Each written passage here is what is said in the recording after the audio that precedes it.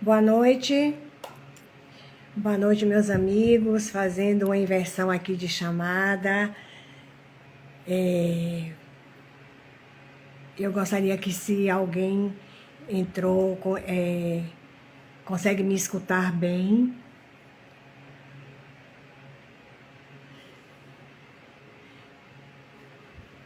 Nós vamos estar fazendo uma live, eu, Tânia França, para o canal Vida Plena na Envelhecência. Alguém me escuta? Se alguém estiver me escutando, por favor, me dê retorno.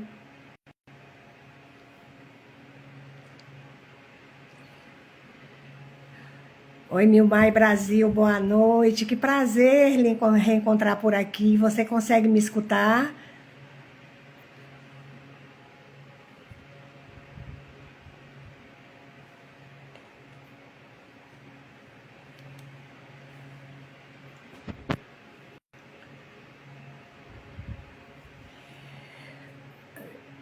Ah, maravilha, então. O som eu consigo chegar. Bom, então estamos só fazendo uma troca de chamada, mas voltando a dizer para vocês que a live hoje. Oi, Tânia. Já estou aqui, você consegue me escutar? Eu e Tânia França vamos fazer uma live para o nosso canal Vida Plena na Envelhecência. E tivemos algum probleminha na chamada da nossa página do Vida Plena na Envelhecência, mas trocamos e eu vou fazer o convite à Tânia para que ela já chegue aqui para nós começarmos o nosso bate-papo. Vamos ver aqui. Tânia, eu vou fazer o convite, vamos ver se vamos conseguir. Vamos na calma. Boa noite, Costa Humberto, seja muito bem-vindo. Prazer enorme ter você por aqui.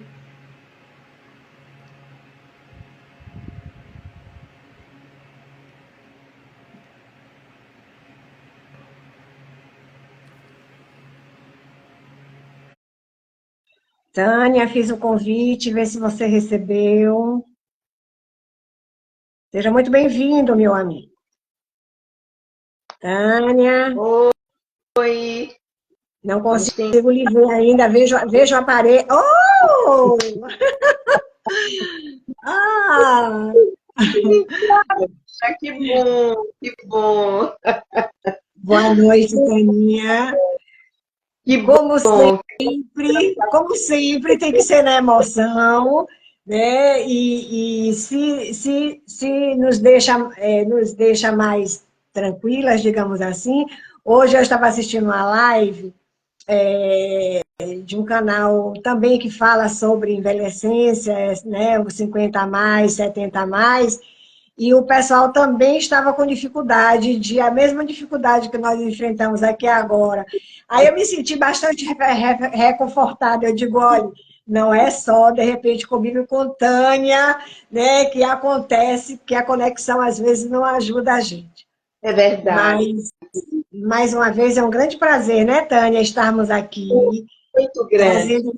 trazendo um assunto que eu vou pedir a você que já fale do tema, qual é o tema, que você fale com nossos amigos, depois eu prossigo, Taninha. Por favor, a palavra é sua para dar as boas-vindas aí aos nossos amigos. Prazer imenso, Lena, estarmos aqui juntos mais uma vez, falando sobre esta envelhecência que é tão importante. E o nosso tema de hoje será como exercer a sua autonomia e liberdade de escolha. Esse é um tema muito profícuo que nos permite viajar sobre essas questões da nossa autonomia enquanto envelhecentes, enquanto idosos. Não é isso mesmo, Lena? Nós estaríamos lá no nosso canal, Vida Plena na Envelhecência, mas é muito bom estarmos também aqui no canal Simplesmente Lena. Vamos lá, Lena? Vamos sim. Eu lhe agradeço muito, Tânia. E só mesmo fazendo um recorte, sempre é muito bom esse trabalho que nós fazemos juntas. É um trabalho que acrescenta muito, que gosto muito de fazer, dividir com você, aprender com você, na realidade. Meu papel aqui, eu gostaria de dizer para os nossos amigos, é apenas de comunicadora, essa coisa que gosto, que adoro falar. E Tânia, que tem todas as especializações, então, todos que nos acompanham sabem aí de Tânia, psicóloga, é, neurociência, que é um ponto que Tânia sempre está trazendo para a gente.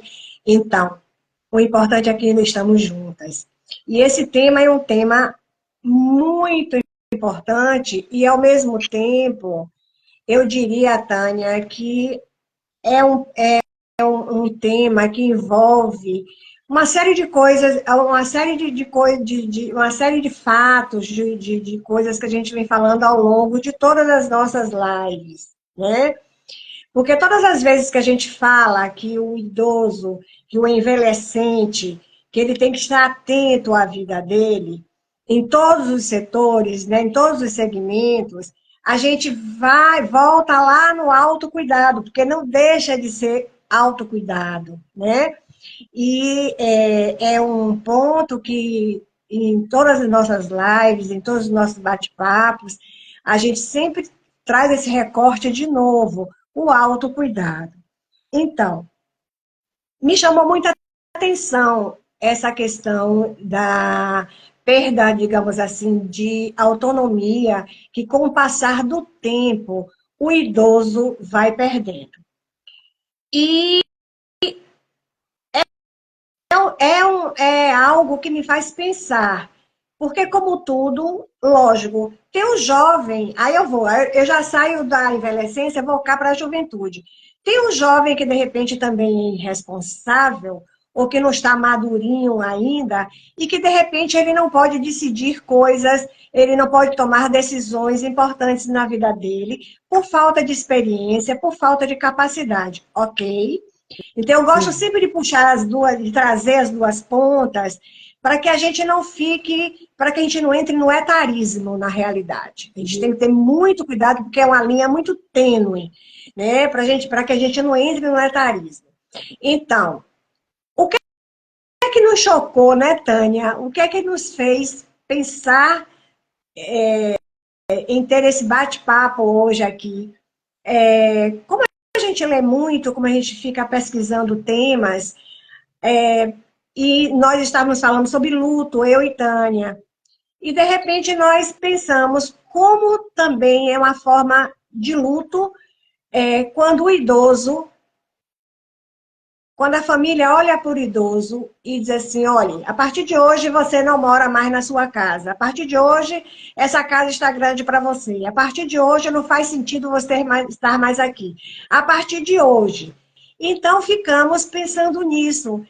Como o idoso tem que se preparar, e aí a gente faz o recorte de novo no autocuidado, certo?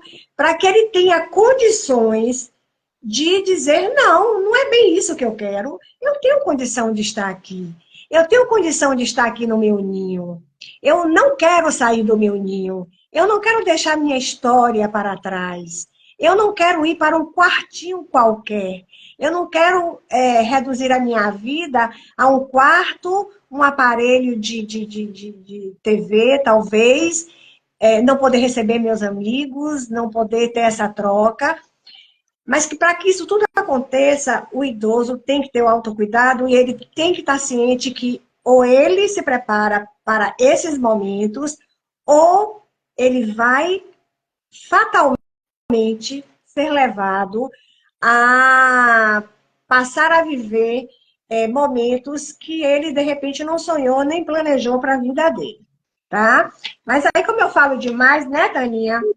Então, eu volto cá no recorte da gente e digo que é importante que o idoso tenha consciência plena da sua capacidade física, mental, emocional, e queira exercer sua autonomia e liberdade de escolha, mesmo que isso signifique permanecer em sua casa contra a vontade dos seus filhos. Sabe o que isso quer dizer, gente? Bem bonitinha essa frasezinha, mesmo que você tenha que brigar. Mesmo que você tenha, sabe, que sapatear. Tipo, daqui eu não saio, daqui ninguém me tira. Mas para você dizer isso, você tem que estar preparado emocionalmente, tem que estar preparado fisicamente, tem que estar preparado mentalmente. Então, o que é que Tânia traz hoje para a gente? E eu já vou começar com a primeira pergunta para ela. Tânia traz aqui algumas estratégicas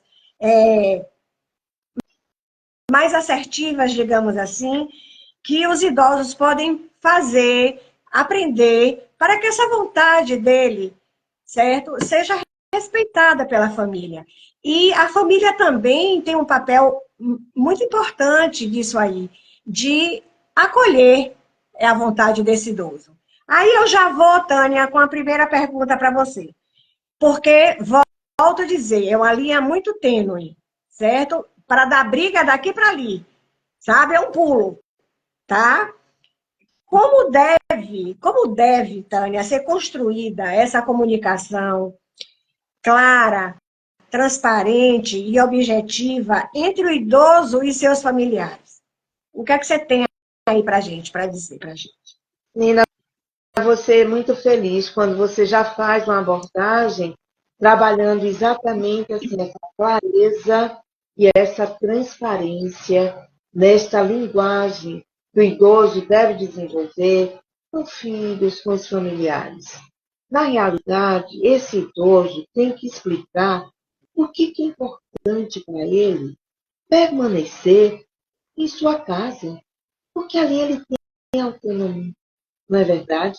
Ali ele tem independência, ali ele exerce a sua capacidade de gerir a sua vida, né? Com discernimento e com lucidez. Então é muito importante que ele fale claramente o porquê dele quer ficar em casa. Aí nós temos que verificar se esse idoso ele tem que ter esta autonomia, não ter, saber e ter consciência de que ele pode se cuidar, de que ele tenha esse autocuidado que você traz e que ele se baste, no sentido de poder tomar conta de si mesmo. Porque se ele não der conta, se ele tiver alguma incapacidade, aí ele vai ter que ceder realmente e vai ter que buscar uma ajuda da própria família, de profissionais da área de saúde, para poder dar um suporte, né, médico ou terapêutico, para que ele possa efetivamente ter uma qualidade de vida legal. Vamos lá. Exatamente, Tânia. Aí a gente volta e reforça, né? O idoso, aí eu digo aqui, digo isso para mim, escuto isso, fala a mim também, como fala a você e a outros amigos nossos que estão aqui nos ouvindo, né? A envelhecência, como é que você se prepara para a envelhecência? Ela chega, certo? Ela chega. Então, da mesma maneira que você se prepara, da mesma maneira que você prepara a sua vida de conhecimentos, estudos, faculdades e doutorados, o que é que eu quero ser no futuro, como é que eu vou exercer isso, o ser humano ele não pode esquecer que se ele vai viver muito, ele vai entrar na fase da envelhecência, ele vai entrar na terceira idade, ele vai se tornar um idoso. E que tipo de idoso ele quer se tornar, certo? E aí eu lhe pergunto, essa família, a família desse idoso, o respeito, né? Vamos falar um pouco do respeito. O respeito é um fator necessário para toda essa discussão e aceitação de opiniões que são opiniões divergentes. Porque, me desculpe os filhos, me desculpe os mais jovens, mas não é à toa que hoje hoje os olhos todos estão voltados para essa fase da envelhecência, para o idoso, para a garantia dos direitos dos idosos. Por quê? Porque nós temos um histórico lá atrás, uma vivência lá atrás, onde os idosos eram reduzidos a uma cadeira na sala e, às vezes, sabe, a família passa, volta, nem um bom dia, nem uma boa tarde, né? Ele se torna invisível, não é isso? Então, para que você realmente possa levantar sua bandeira e fazer valer as suas vontades, certo? Além de você ter seu autocuidado, essa família, como é esse respeito? Em cima de que padrões e em cima de que valores essa família tem que estar realmente, sabe, construída? Então, Lina, como você traz, assim, é muito importante, né, que se respeite e se reconheça que o direito do idoso de decidir efetivamente continuar em seu lar é primordial, não é? É bom a gente enfatizar assim que a decisão de ficar em casa, na sua casa, ela é baseada nas necessidades do idoso, né? Nos seus desejos e nos seus valores pessoais.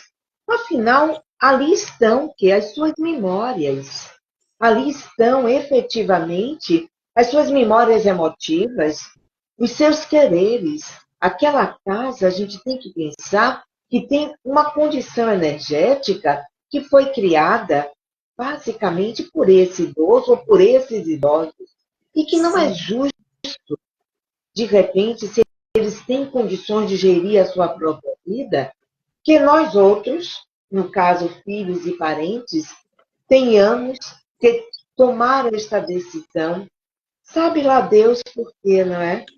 De retirar os idosos das suas casas, da sua residência, do seu apego afetivo, das suas memórias essenciais que ali estão, nos seus móveis, nas suas, nos seus, sei lá o quê, serviço de, como é que a Nas suas gente chama? memórias gravadas em cada parede, em cada objeto que ele olha, né? Está tudo muito impregnado de história, né? E é respeitar essa história, Alta respeitar isso. grado de afetividade.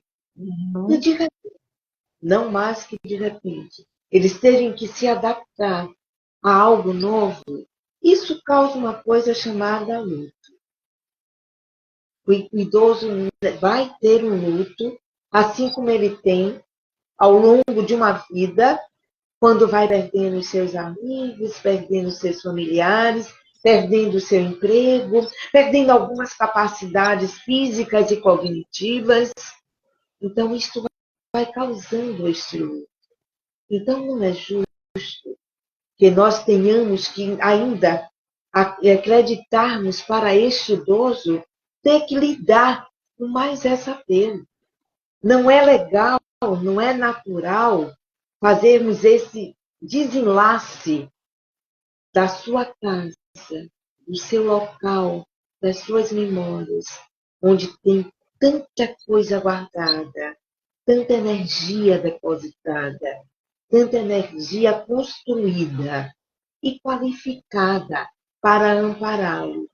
Então é muito importante que a gente respeite. Se o idoso ele tem condições de gerir, né, e se beneficiar dentro desta casa do seu bem-estar, se ele ali está se sentindo bem, se ele está feliz, a gente respeita, é muito importante. Assim como é importante ele manter os vínculos com a sua comunidade ao derredor. Foi ali que ele construía a sua vida. Existe a padaria, existe o açougue, existe o vizinho, existe as trocas dos afetos. Ele vai para outro lugar e talvez não tenha essa condição de fazer esta construção de novo. Então é necessário muito respeito em relação à decisão dos idosos, quando eles realmente decidirem que tem condições de permanecer no seu lar. É muito importante isso. Não é, Helena? Eu acho que sim, eu penso que sim, está mais do que comprovado que sim. E essa família, essa família que tem um idoso, quase toda família tem um idoso, né? Quando a gente chama de família, a gente pensa, né, nessa composição familiar, né? Avô, avó, tio, pai, parará, né? Todos nós temos uma família. Então, eu penso que a empatia, de você tentar se colocar no lugar do outro e pensar também que um dia você vai estar neste lugar, talvez isso possa ser o start, sabe, dessa caminhada, dessa construção, desse respeito pelo idoso. Né? Porque, veja, é muito fácil você chegar na casa de seus pais, seus tios, sei lá, do seu idoso, e você de hora para outra querer, exatamente como você acabou de dizer, você começa a ditar ordens porque não dá mais para você ficar aqui, recolhe isso e guarda isso e embala aquilo. Está embalando vida, está embalando histórias, certo? Histórias. Então, eu fico às vezes me perguntando, Tânia, e vou deixar até esse recorte aqui para a gente conversar em outro momento de bate-papo nosso. Por quê? Por quê? Por mais que a vida esteja corrida, por mais que esteja todo mundo nessa loucura, sabe, com o pé no acelerador, a mil o tempo todo na vida, certo? Por que que é sempre o idoso que tem que se deslocar? Por quê? Certo? E se esse idoso tem que ser deslocado, e aqui a gente está falando de, de acolhimento, de respeito, certo? No mínimo, ter respeito pela sua história. No mínimo, coloque ele, sabe, em um local. Se você puder arrumar um quarto com as lembranças dele, sabe, fazer o canto dele com as lembranças dele, isso vai ser de um conforto imenso emocional para ele. Isso tira o idoso, não leva o idoso para a depressão, porque a gente sabe muito bem que as perdas são muito grandes. Você vê, quando você vai chegar no pico, né, profissional, papai, depois você começa a descida. Você tem a subida, você vai, depois você começa a descida. Não tem para onde correr, a descida. Né? E como diz o ditado popular, na descida todo santo ajuda. Né? Então, todo santo ajuda. Então, assim, nessa descida, se a gente quer viver mais, certo? Você vai, o idoso, o indivíduo na fase da envelhecência, ele vai tendo que lidar, como você falou, com vários lutos. São amigos que começam a desaparecer, certo? São amores que vão embora, são filhos, às vezes, que você perde. Então, o idoso começa a ter um luto, sabe, atrás do outro. Sim. Que, de repente, são lutos que ele não tem um domínio.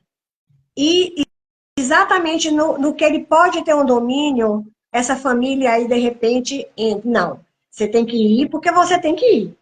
É o que a gente... Olhe meu pai, olhe minha mãe, olhe minha tia, sabe? Olhe fulano, olhe minha amiga, certo? Tem que ir porque não dá mais para você ficar aqui. É muito desumano. E por que que essa família, de repente, não diz assim, será que passa pela cabeça dessa família de sair da sua casa para ir morar na casa do idoso? Sim, né? Será? Será que poderia existir essa troca? Será que não seria uma troca, né? Uma troca, não é isso? Então, se a gente diz que ama o idoso, se a gente diz que se preocupa com o idoso, a gente tem que estar atento para isso. Mas vou voltar lá no começo, Daninha. Sim. Colegas, colegas da envelhecência, Coleguinhas, por favor, se preparem para essa fase, Sim, sabe? Se preparem, sim, invistam em você, invista na nova carreira, invista, vá aprender uma outra língua, certo? sim, Vá aprender uma dança, sabe? Aumente a sua rede de apoio, certo? isso, Faça mais amizade, se abra para mais amizade. Isso de dizer que idoso, porque idoso é chato, porque idoso não sai, pererê. Procure a sua turma. Procure a sua turma que vai entender que de repente não dá para você andar 500 metros, mas que você anda legal 200 metros, certo? Então, tem esse autocuidado com você, é autorrespeito. Desenvolver o autocuidado é autorrespeito. E você só pode entrar numa guerra, você só pode dizer sim ou não, quando você realmente está sabendo por que você está dizendo sim e por que você está dizendo não. E aqui eu não descarto aquele idoso que olhe e diga assim, não, realmente não faz mais sentido eu ficar aqui. Eu vou reconstruir minha vida na casa de um filho, na casa de uma nora, na casa de um amigo. Decisão sua. Decisão sua. Escolha sua. Porque se não for uma escolha sua, se não for uma decisão sua, o sofrimento, a cobrança disso, o retorno disso vai chegar com doenças emocionais, com demências, que é uma porta aberta, a gente sabe, porque o idoso se fecha, ele não consegue expressar o que ele sente, esse emocional, cada dia que passa, vai ficando mais machucado, e de repente é uma porta aberta para as demências. Concorda, sim. Tânia, com o que eu estou dizendo? Plenamente, Lena, plenamente. Nós sabemos, nós estudamos através das neurociências que o nosso emocional, ele é construído através dos nossos pensamentos, dos nossos sentimentos. A partir do momento que a gente começa a conviver com muita angústia, com muita insatisfação, nós começamos a desenvolver uma liberação neuroquímica de elementos, de substâncias que não vão favorecer o nosso bem-estar. Muito pelo contrário, vai favorecer a depressão, a ansiedade, a angústia generalizada. Então, nós temos que ter muito cuidado com os nossos pensamentos, com os nossos sentimentos, principalmente na nossa envelhecência, quando tudo parece que fica superdimensionado, né? Porque quando estamos mais jovens, talvez tenhamos mais a capacidade de até mesmo abstrair o que está acontecendo. Mas quando Sim, nós temos uma idade em que a maturidade nos leva a uma reflexão mais apurada, nós começamos a perceber que nem sempre aquilo que nós trazemos para o nosso organismo vai nos beneficiar, por um lado. Por outro, que nós não devemos, não é legal, não é? Nos maltratar. E é uma decisão nossa, sim. Quando você traz a questão da vamos nos preparar, principalmente emocionalmente.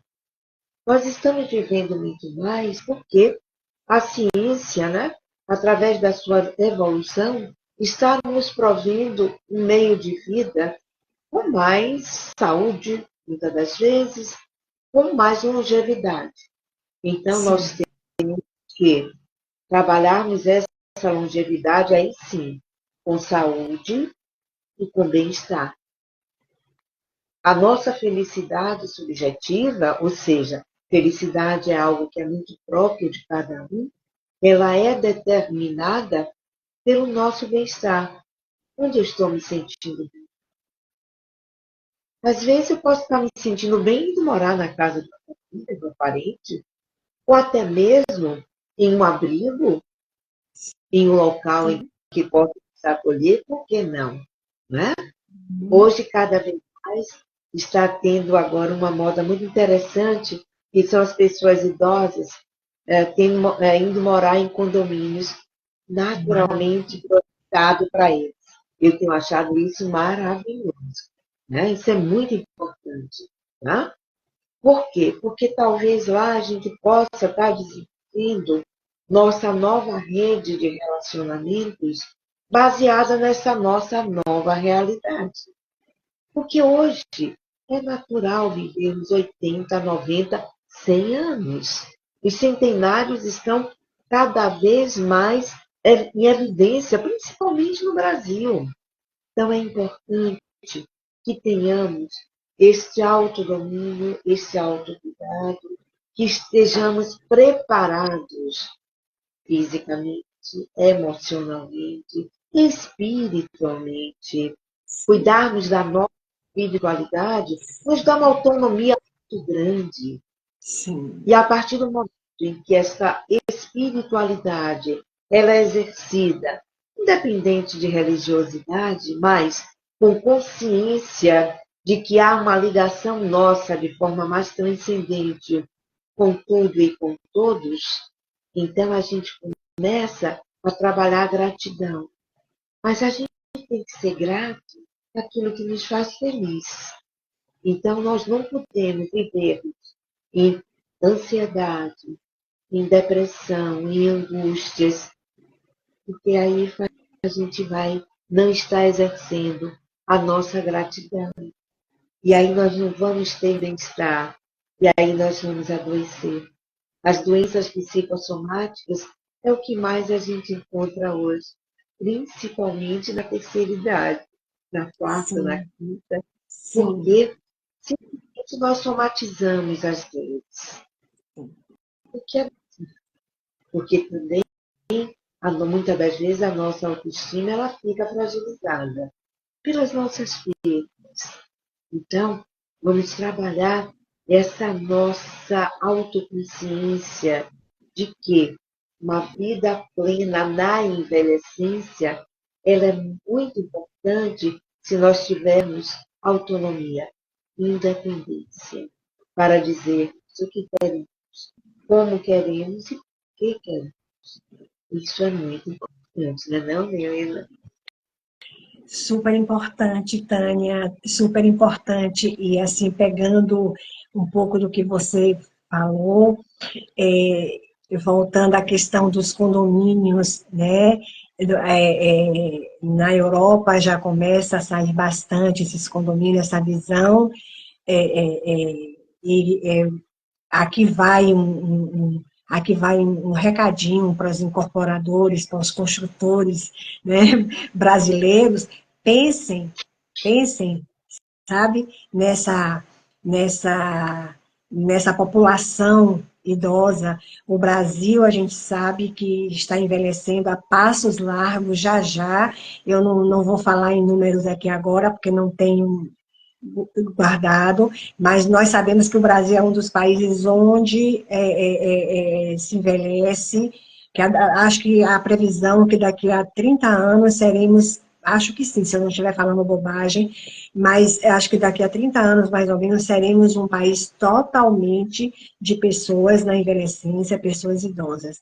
Então, assim como a moda, né, como a maquiagem, né, os outros setores, todos os segmentos de construção, grandes construtores, comecem a olhar com carinho, porque eu acho maravilhoso, porque você está ali morando, você tem seu espaço, você tem o espaço da convivência, você foge daquilo do que a gente chama de asilo, casa de repouso, você foge disso, que é outra coisa, é outra tarja que eu não gosto, eu acho que tem um etarismo muito grande, a gente sabe que essas casas são necessárias, que elas existem bons locais, mas eu acho que vai um pouco de etarismo aí no meio, mas assim, você imaginar uma vila, imagine uma vila, digamos assim, né, com mini casas só para os idosos na envelhecência, e com essa rede de apoio, com a área comum, eu acho isso maravilhoso. Eu espero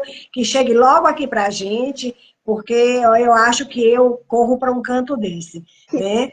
Então, acho super importante, acho super importante isso. Acho uma maravilha, porque ali você dança, ali você faz amizades, ali você sabe, você constrói de novo uma vida, né? Você constrói, consegue ter autonomia, né? E quando você fala na questão dos cuidados com a saúde mental e espiritual, que são pilares importantíssimos, né, para que a gente possa estar construindo uma vida nessa fase, uma vida com saúde, né? Uma vida com vida, é de extrema importância. Isso. E autocuidado, gente, autorrespeito. Nós só vamos conseguir alguma coisa, se fala muito nos idosos, se fala, todo mundo está voltando, não é à toa que os holofotes todos estão voltados para essa faixa etária, né? Alguma coisa representa muito forte aí, mas a nossa responsabilidade de ter o autocuidado, de cuidar da nossa saúde, nesse tripé, saúde mental, emocional, espiritual, certo? Esse tripé é o que vai fazer você forte para enfrentar essa fase de lutos. E a gente não pode negar que é uma fase de luto, a gente não pode negar o luto, a gente não pode negar nada, porque quando você nega, você foge. Quando você foge, você não resolve, você não enfrenta. Você não finaliza, né? Então, a gente tem que ter consciência. Não é ter a vontade de ter 70 anos com o rosto de 20, não é nada disso.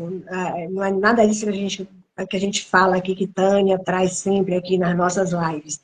É o seu fortalecimento interno.